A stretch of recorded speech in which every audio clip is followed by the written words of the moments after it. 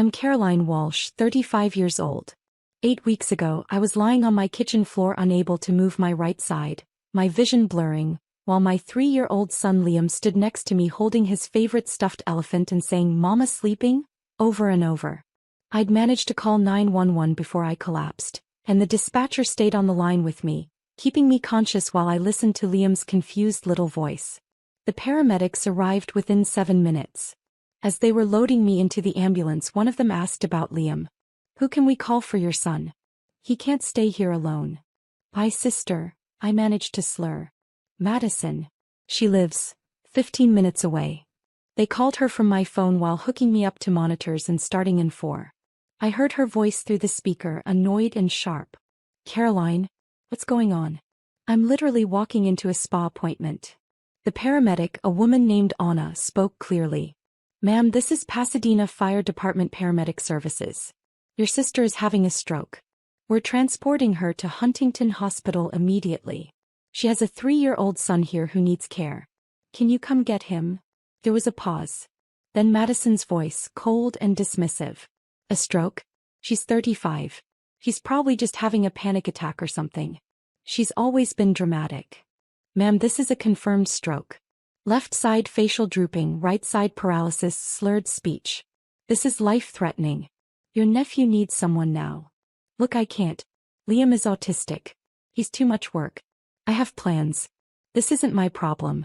Caroline should have better emergency plans. Call her ex-husband or a babysitter or something." Anna's face went hard.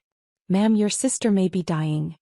Then she should have thought about that before having a special needs kid she can't manage. "I'm not equipped to handle him. Figure something else out." The line went dead. I was crying, tears running sideways down my face. Anna looked at me with fury and compassion mixed together. "Do you have anyone else?" I shook my head. My ex-husband Derek had abandoned us when Liam was diagnosed at 18 months. Moved to Colorado, sent minimal child support, and saw Liam maybe twice a year. My father lived in Arizona, 4 hours away. I had no one. "Okay," Anna said firmly. "I'm calling a specialized pediatric emergency care service. They handle special needs children. Your son will be safe. You focus on staying with us."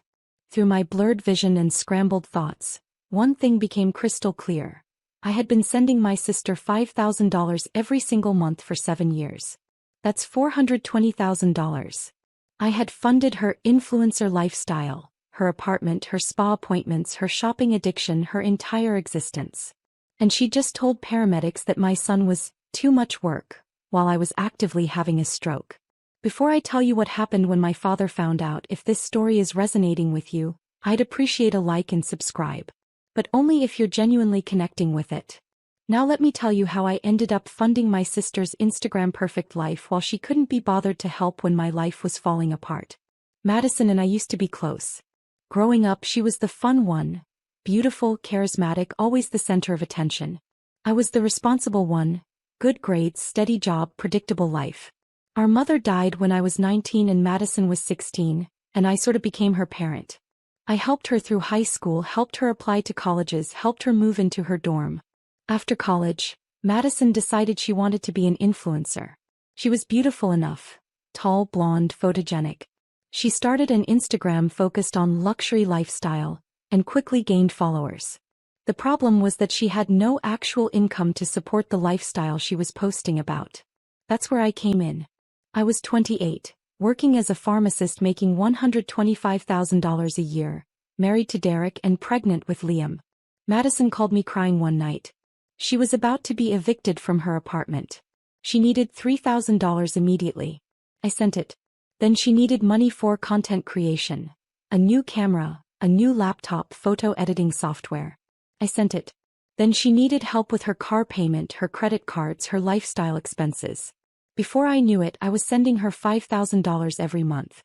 She told me it was temporary, just until she made it big as an influencer. That was 7 years ago. She never made it big. She had about 47,000 followers. Enough to get occasional free products, not enough to actually make a living. But she kept up the appearance of luxury. Designer clothes that I paid for. Fancy restaurants that I paid for. A 1-bedroom apartment in West Hollywood that I paid for. A leased BMW that I paid for. Her entire life was a performance funded by me while she posted things like, blessed and grateful for this abundant life sparkles hashtag self-made hashtag bossbabe hashtag living my truth. When Liam was born, Madison came to the hospital for 20 minutes, took a few photos holding him for Instagram, hashtag anti-life hashtag family first, and left. When Liam was diagnosed with autism at 18 months, she said, "That's rough. Let me know if you need anything," and then never asked about him again. When Derek left us because he couldn't handle raising a disabled kid, Madison's response was a text, "Men are trash. You're better off without him. Want to get drinks this weekend?" I never got drinks with her. I was too busy with therapy appointments, occupational therapy, speech therapy, behavioral therapy. Liam had intensive needs, he was nonverbal, had sensory processing issues, and needed constant supervision. I was a single mother working full-time and managing 15 therapy appointments per week. Madison visited maybe 4 times in 3 years. Each time she'd stay for an hour, get overwhelmed when Liam had a meltdown and leave saying, "I don't know how you do it. He's so intense." But she never once offered to help. Never offered to watch him so I could sleep or shower or just breathe. Never offered to come to an appointment with me. Never asked what she could do. She just kept cashing my checks and posting hashtag self-care content about bubble baths and yoga retreats. The stroke was massive. A blood clot in my middle cerebral artery caused by undiagnosed high blood pressure. Stress induced from being a single working mother to a special needs child while financially supporting my ungrateful sister. I was in surgery for 6 hours while they removed the clot. The specialized care service Anna called found a woman named Teresa who was trained in special needs care. She got to my house within 30 minutes, met Liam and stayed with him for 4 days until my father could drive up from Arizona. The bill for specialized emergency care came to $6,240. Worth every penny to know Liam was safe and cared for by someone who actually understood his needs. Madison didn't call the hospital. Didn't text. Didn't check on Liam. Nothing. On day 3, from my hospital bed with partial paralysis on my right side and my speech still slurred, I opened my banking app with my left hand and canceled the automatic transfer. 7 years of payments, stopped in 30 seconds. My father arrived on day 4. Dad was 67, a retired high school principal, widowed for 16 years, living quietly in Tucson. He'd always been close with both of us, never played favorites. When he walked into my hospital room and saw me, half my face still slightly drooped, struggling to speak clearly, my right arm in a brace, he started crying. "Caroline," he whispered. "My girl. What happened?" I told him everything. About the stroke, about calling Madison, about her refusal to help, about her dismissing Liam as too much work. About Teresa, the specialized care worker who'd been a stranger but had saved us. My father's face went through several emotions: shock, disbelief, rage. "Madison said that? While you were having a stroke?" I nodded, starting to cry. "She said he wasn't her problem, Dad. She said I should have better emergency plans. Like I planned to have a stroke at 35. Where is she now?" "I don't know. She hasn't called." My father pulled out his phone and called her right there. She answered on the 4th ring.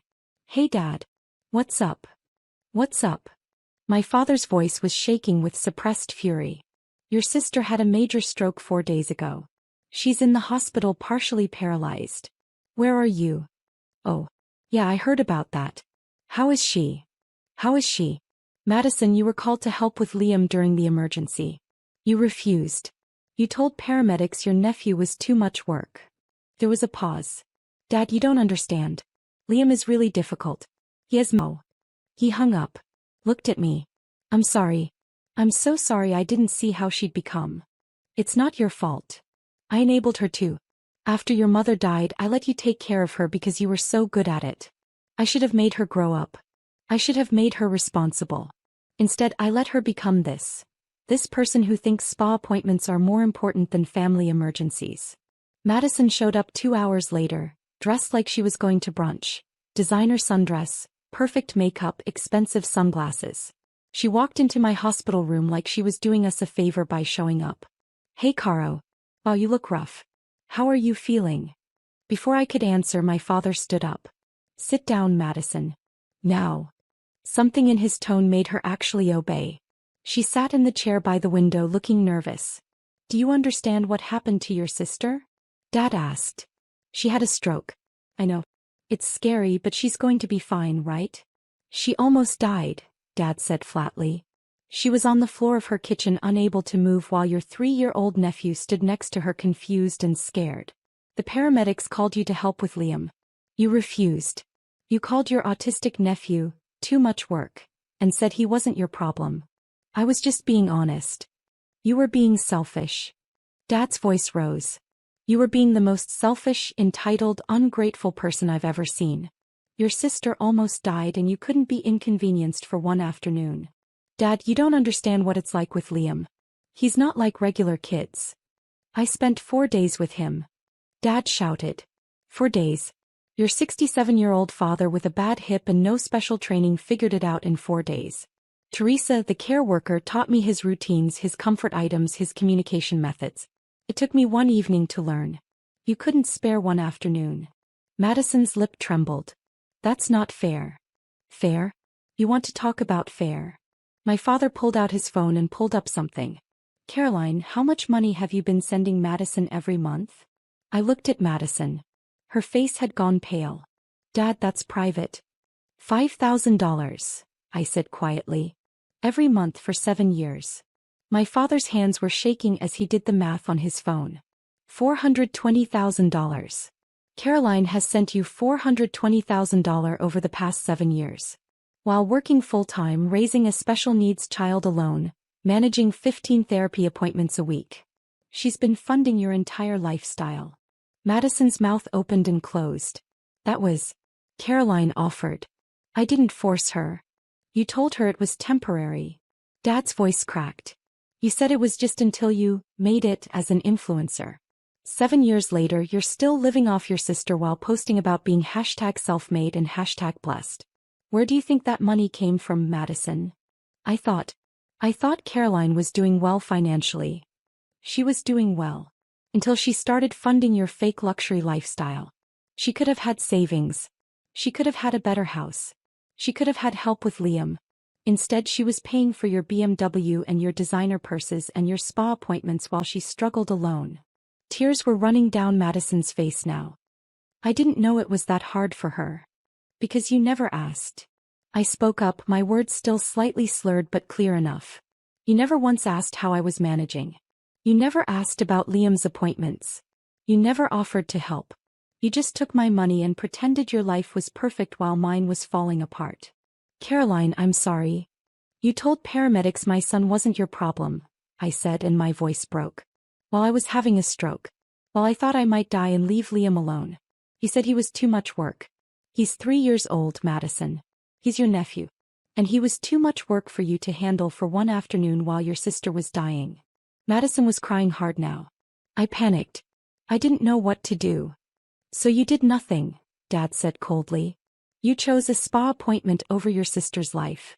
You chose your convenience over your nephew's safety. And you know what Caroline did? She hired specialized care from the ambulance while actively having a stroke. She made sure Liam was safe even while she was paralyzed. She's more of a parent while dying than you've ever been while healthy. I know I messed up. You didn't mess up. You showed who you are. And who you are is someone who takes $420,000 from her sister and can't give back 1 afternoon when it matters most. My father stood up and walked to the window, his back to both of us. When he spoke again, his voice was quiet and broken. Your mother would be ashamed of you. Madison gasped like she'd been slapped. Dad. She would be. Your mother was the most giving person I ever knew. She would have dropped everything for family. She would have been at this hospital the second she heard. And she would look at what you've become. This selfish, self-absorbed person who values spa appointments over human lives. And she would be heartbroken. Please don't say that, Madison sobbed. I spent 16 years telling you girls that your mother's legacy was love and family. Caroline lived it. She gave everything to everyone, including you. You spit on it. You spit on your mother's memory, your sister's sacrifices, and your nephew's needs. All for what? Instagram likes? Free makeup samples? A fake lifestyle you can't actually afford. The room was silent except for Madison's crying. The money is stopped, I said quietly. I canceled the transfers. You're on your own now. Madison's head snapped up. What? Caroline, you can't. I can. I did. I almost died, Madison. I'm facing months of physical therapy. I don't know if I'll fully recover. I have a son who needs me and medical bills and therapy costs, and I can't do this anymore. I can't fund your life when you couldn't even help with mine. But my apartment, my car, my... Figure it out, Dad said harshly. Get a real job. Live within your means. Grow up. You're 32 years old and you've never actually supported yourself. It's time. Dad, please. No. I'm done too. I've been sending you $800 a month for emergencies that never seem to end. That stops today. You want to live your luxury lifestyle? Earn it yourself. Actually be the hashtag self-made person you pretend to be online. Madison looked between us, panicked. You're both cutting me off? How am I supposed to live? The way everyone else does, I said. You work. You budget. You live below your means until you can afford better. You stop pretending and start being real. But I'll lose everything. My apartment, my car. Good, Dad said. Maybe losing everything will teach you what actually matters. Because clearly having everything handed to you taught you nothing. Madison left the hospital that night. She didn't say goodbye to me. Didn't ask about my recovery. Didn't ask about Liam. She just left. Over the next week my phone blew up. 67 calls the first day. 82 the second day. 93 the third day. Texts, voicemails, emails. All from Madison. Caroline, please, I'm sorry. I didn't mean it. I was just scared of doing something wrong with Liam. Please don't do this. I'll lose my apartment. The BMW is getting repossessed. Please, I'm begging you.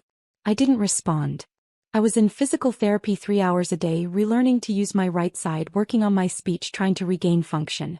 I didn't have energy for Madison's crisis. Dad blocked her number too. She needs to figure this out herself, he told me. I'm not rescuing her anymore. I was in the hospital for 12 days total. When I was released, I went home to find my house transformed. My father had stayed with Liam and he'd gotten the house organized for my recovery. Grab bars in the bathroom. A wheelchair ramp at the door. Liam's schedule and therapy information all printed and posted. Teresa helped me, Dad explained. She's amazing. She gave me a crash course in Liam's needs and routines.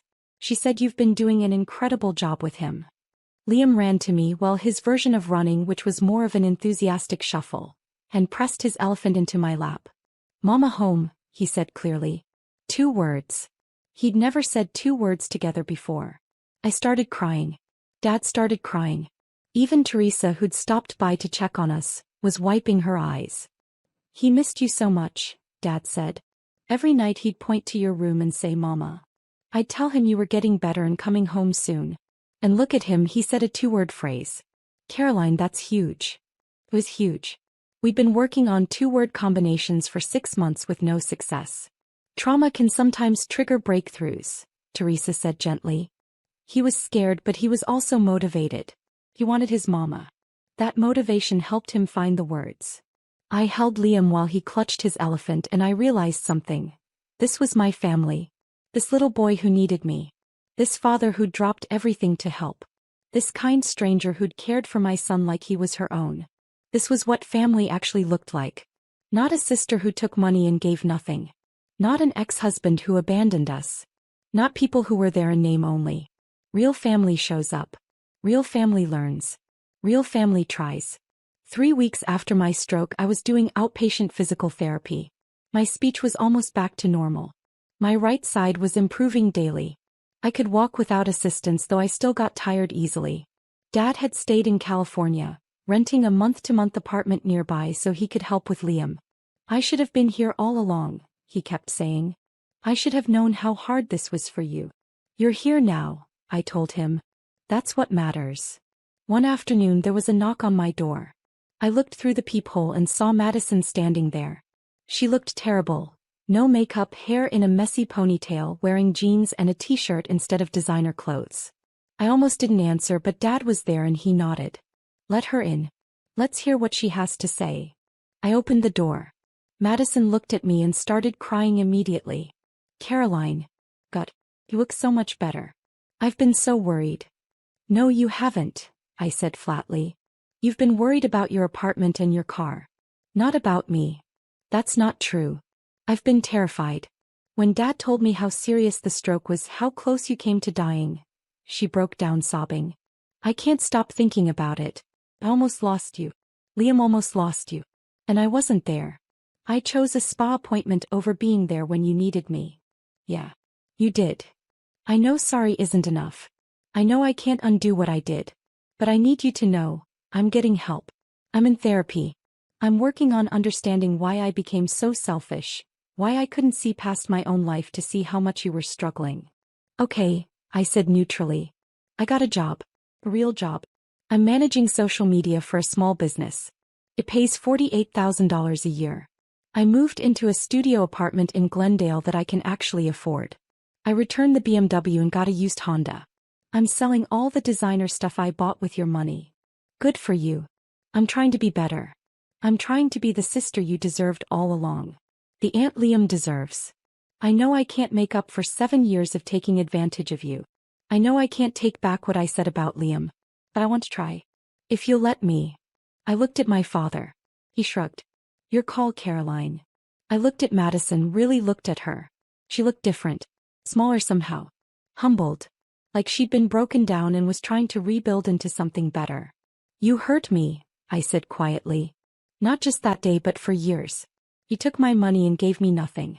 You treated Liam like he was a burden instead of a blessing. You made me feel like I was doing it all alone because I was doing it all alone. You weren't there. I know.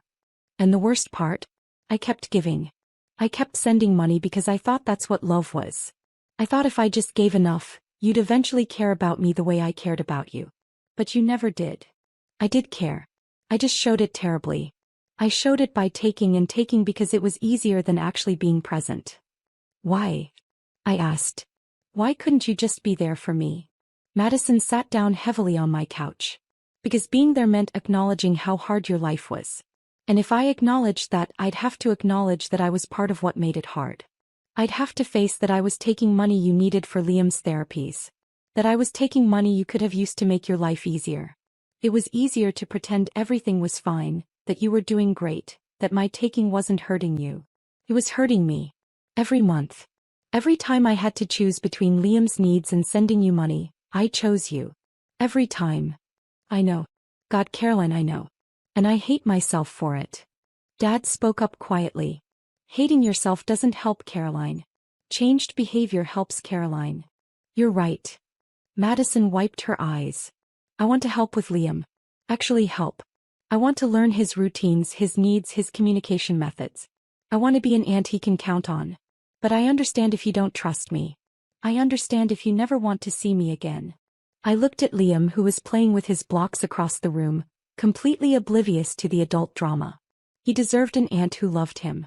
He deserved family. Here's what's going to happen, I said slowly. You're going to come to one of Liam's therapy sessions with me. You're going to learn what autism actually means, what his needs are, how to support him. You're going to see what my daily life actually looks like. Yes. I'll do that. Then you're going to start coming over once a week. For an hour. You're going to spend time with Liam while I supervise. You're going to learn how to be with him, how to help him, how to be actually useful. I can do that. And if you flake, if you cancel, if you show up late, if you act like it's too much work, we're done. Forever.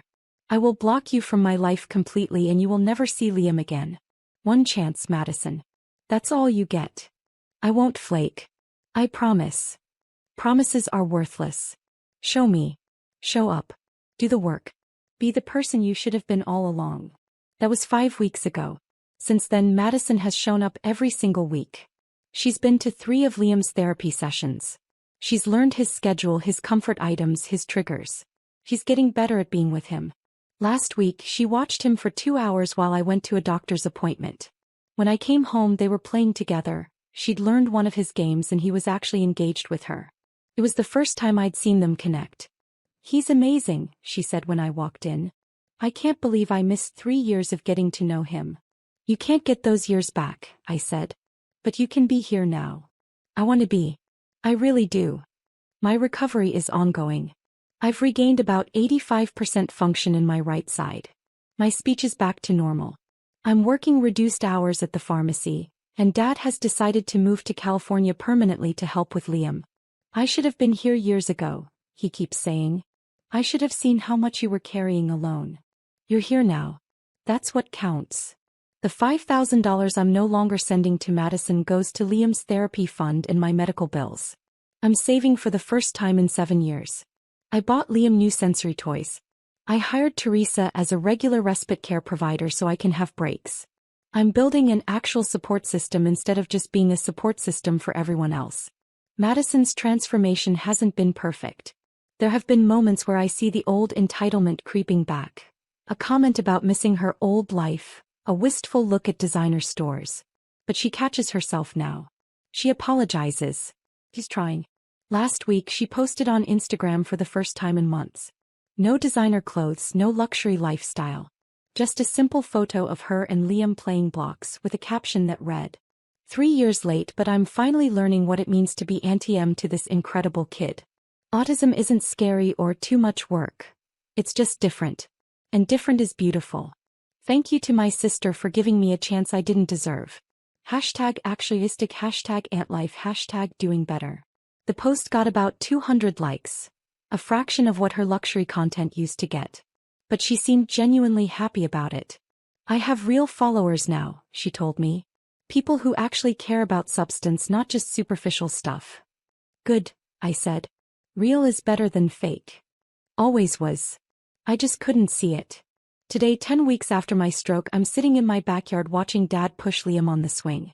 Liam is laughing, his beautiful, pure laugh that comes out when he's truly happy. Madison is here too, helping Dad with snacks and drinks, learning how to be useful. It's not the family I thought I'd have. It's smaller. It's been broken and rebuilt. It's imperfect. But it's real. People show up. People try. People learn. My father pulled me aside yesterday and said something I'll never forget. Your mother used to say that real family isn't about perfection. It's about showing up when it's hard. Madison finally learned that lesson. It cost her everything she thought mattered to learn it. But she learned. Do you think she'll stick with it? I asked. I think she's scared enough of losing you again that she'll try. And trying is all we can ask. He's right. Madison will never get back those 7 years. She'll never erase what she said about Liam. She'll never undo the pain she caused. But she's here now. Learning. Trying. Showing up. And maybe that's enough. Maybe that has to be enough. Here's what I've learned through all of this. You can give everything to people who give nothing back, but eventually your body will force you to stop. Mine forced me to stop by literally shutting down. The stroke was my body saying, enough. Cutting off toxic family isn't always permanent if they're willing to change. But the key is willing. Madison had to lose everything to become willing. Some people never get there. I spent $420,000 trying to support my sister while she couldn't support me for one afternoon. That math didn't work. That relationship didn't work. Now I spend that money on my son, my recovery, and my life. And Madison spends her time learning to be an actual family member instead of just a family name. It's a better equation. Drop a comment and let me know where you're watching from. And if you've been the person everyone takes from but no one shows up for, know this. It's not selfish to stop giving to people who only take. It's survival. Sometimes people need to lose you to learn your worth. Sometimes they learn. Sometimes they don't. Either way, you deserve people who show up when it's hard, not just when it's convenient. My sister finally learned that lesson. It almost cost her everything. But she learned.